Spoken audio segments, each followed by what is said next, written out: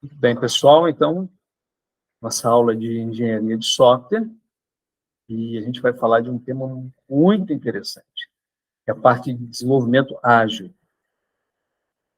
Vamos lá, compartilhar nossa tela, para a gente poder ver os slides que a gente vai trabalhar, né?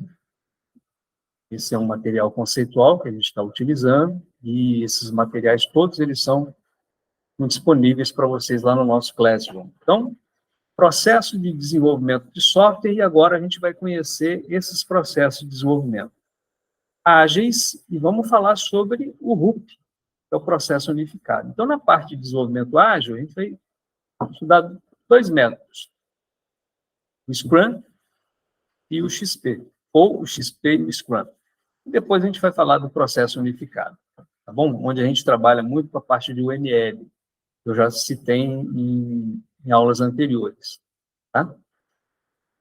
Então, vamos lá. Contexto, estado da arte. Engenharias tradicionais valorizam o projetar antes de construir. Isso é uma ideia, né? E muito importante, aliás. Antes de botar a mão na massa, a gente vai projetar primeiro. Engenharias tradicionais não enxergam o processo de desenvolvimento de software como ele é, obviamente com mudanças, né? Que sempre acontecem. Agora, qual a necessidade? De uma metodologia que permita alteração frequente do software, sem afetar a sua qualidade. Então, a gente chegou naquele momento em que o processo de desenvolvimento tradicional estava muito lento, entendeu, Carlos? Era muito demorado. E aí houve assim uma ansiedade por parte dos desenvolvedores de fazer com que a coisa se tornasse mais ágil. E o que aconteceu? Um grupo de desenvolvedores sugeriram o quê? Um processo menos burocrático e mais prático. Pô, vamos reduzir a burocracia e vamos botar a mão na massa. É a galera da praticidade, os pragmáticos, digamos assim. Então, vamos lá. O que acontece? Ó, a gente tem aqui, nesse momento, o custo do projeto e o momento em que funcionalidade é adicionada. Então, a gente vai adicionando a funcionalidade, o custo vai subindo. Com os métodos ágeis, momento em que a funcionalidade é adicionada, olha o que acontece. Ó, o custo ele aumenta de forma mais gradativa, né? Baseado em um manifesto criado por desenvolvedores experientes. Então, vamos lá. Necessitamos de um processo mais ágil no nosso desenvolvimento. Estamos descobrindo maneiras melhores de desenvolver software, fazendo nós mesmos e ajudando outros a fazerem o mesmo. Foco em pessoas, não em ferramentas. Mudanças nos valores. Nesse manifesto ágil, valoriza-se indivíduos e interações, mais que processos e ferramentas. Então, o desenvolvedor, ele tem... O foco está no desenvolvedor, não mais nas ferramentas. Obviamente, a gente vai abrir um parênteses aqui e vai dizer o seguinte, pô, isso aqui funciona bacana para quem tem muita experiência, né? Software em funcionamento, mais que documentação abrangente. Vamos botar a mão, vamos fazer as coisas funcionarem e não vamos, em outras palavras, né? Não vamos dar muita bola para a documentação. Colaboração com o cliente, mais que negociação de contratos. O cliente vai estar mais junto de você, vai estar mais comprometido, tá, com esse desenvolvimento. Responder a mudanças, mais que seguir um plano. Esse é o manifesto para esse tipo de desenvolvimento. Nossa maior prioridade é satisfazer o cliente. Mudanças dos requisitos são muito bem-vindas, mesmo tardiamente no desenvolvimento. Olha só que interessante. Entregar frequentemente software funcionando. Olha só, esse é o ponto, cara. A gente vai botar a mão na massa e vamos colocar o usuário para usar. Então, cara, você pode usar uma metodologia ágil e combinar com prototipação, que a gente viu na aula anterior. Pessoas de negócio e desenvolvedores devem trabalhar diariamente em conjunto por todo o projeto. Tá? Então, aqueles caras que conhecem as regras de negócio, o cara lá do recursos humanos, o cara que sabe tudo de cálculo de folha de pagamento e tudo mais, cara, ele tem que trabalhar junto com o desenvolvedor para que o processo seja ágil. Não é aquela forma tradicional que o desenvolvedor vai lá, senta com o cara, levanta tudo e vai para o escritório e vai desenvolver. Não, o cara vai trabalhar junto com ele. O analista de negócio e o desenvolvedor. Muitas vezes o analista de negócio é até desenvolvedor, né? Mas vamos lá. Construa projetos em torno de indivíduos motivados. Dê a eles o ambiente e o suporte necessário. Tá? Já viram?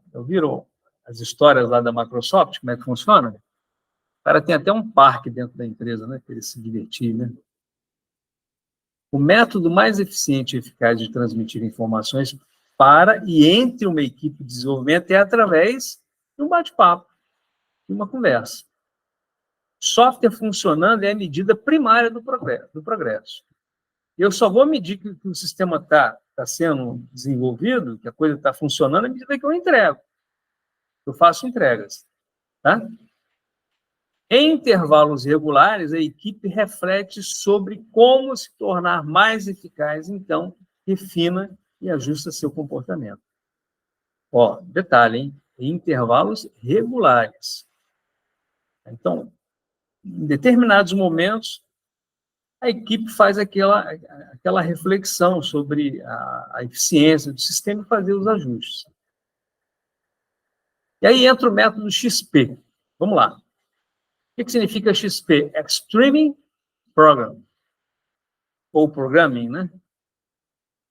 Baseado em 5 valores. Qual é a ideia da programação extrema, né? Comunicação, coragem para lidar com a mudança de requisitos, feedback sempre lá do usuário, respeito entre membros da equipe e simplicidade, fazer o necessário. Eu não vou ficar me preocupando com perfumaria. Meu interesse é ver a coisa funcionar. É muito comum, às vezes, o desenvolvedor se prender em muitos detalhes. Enquanto aquela tela não for perfeita, com aquela imagem, com aquela cor ideal, o cara não vai para frente. Aqui isso não é tão importante. Práticas do método XP. Olha só, hein? Reuniões em pé, programações em par, testes de aceitação, posse coletiva. Requer pequenas versões, ritmo sustentável e padrão de codificação. Essa parte é interessante, né? Padrão de código. Tá? Agora, o método Scrum. Então, a gente viu o método XP, com a ideia do método XP, agora vamos falar do Scrum. O Scrum é um processo de desenvolvimento iterativo e incremental para gerenciamento de projetos e desenvolvimento ágil de software. A gente falou isso na aula passada, né? Processo iterativo e incremental. Uso: trabalhos complexos onde não há previsão exata do que se pretende desenvolver. O projeto é dividido em ciclos, e esses ciclos são conhecidos como sprints. O sprint é a iteração, no caso do Scrum. Tá? Ou seja, os passos, né, do projeto, né? Os passos. Tá? Então, aqui a gente tem uma figurinha que a gente chama de produto backlog, sprint backlog, fim do sprint. Reuniões diárias a cada sprint, né? A cada processo de iteração. Tá? Então, cara, num determinado momento, Carlos, você vai parar com a sua equipe, vamos parar aqui, vamos fazer uma reunião, vamos fazer um levantamento de como é que está sendo o desenvolvimento. Reunião, não precisa, agora, a gente vai parar agora para a gente conversar sobre o projeto. Tá? Nada, assim, não vou chamar de nada, mas O planejamento não é tão importante, tá? Vamos definir as paradas, vamos começar agora, tá? Vamos lá. Produto backlog, lista com funcionalidades a serem implementadas. Sprint backlog, análise dos requisitos para informar a equipe como será implementado. E o sprint, período para finalização de cada requisito. E o Scrum, reunião diária para análise do andamento. Então, nesse momento aqui, ó, esses passos aqui, ó, produto backlog, sprint, e aí a gente faz uma reunião para ver como é que está o andamento. Qual o papel do Scrum Master, Carlos? Coordenador. Não vou deixar estourar aquela iteração, tá? Aquele sprint. Agora, a gente finalmente, para a gente poder fechar, a gente vai falar sobre o RUP, que é o Rational Unified Process, que é o processo unificado, né? Que é o Rational. Isso aí, existem, inclusive, softwares construídos com base na concepção RUP, tá? É um processo proprietário de desenvolvimento de software, criado pela Rational, e foi adquirida pela IBM. Então, a IBM tomou posse disso aí. Qual a base desse desenvolvimento? Orientação a objeto. Então, quando a gente falou sobre aqueles diagramas da UML, tudo isso é baseado naqueles diagramas, que é a orientação a objetos. Processo pesado, uso em grandes projetos. O processo de desenvolvimento é iterativo, gerenciamento de requisitos, uso de casos de uso. Lembra do caso de uso que eu comentei aqui em umas aulas anteriores? A gente usa casos de uso. Foca a arquitetura baseada em componentes. Utiliza o ML, que é o modelo visual, aquele diagrama de classe, diagrama de interação. Qualidade durante todo o processo. Isso aqui é para grandes projetos, tá, pessoal? Gestão e controle de mudanças.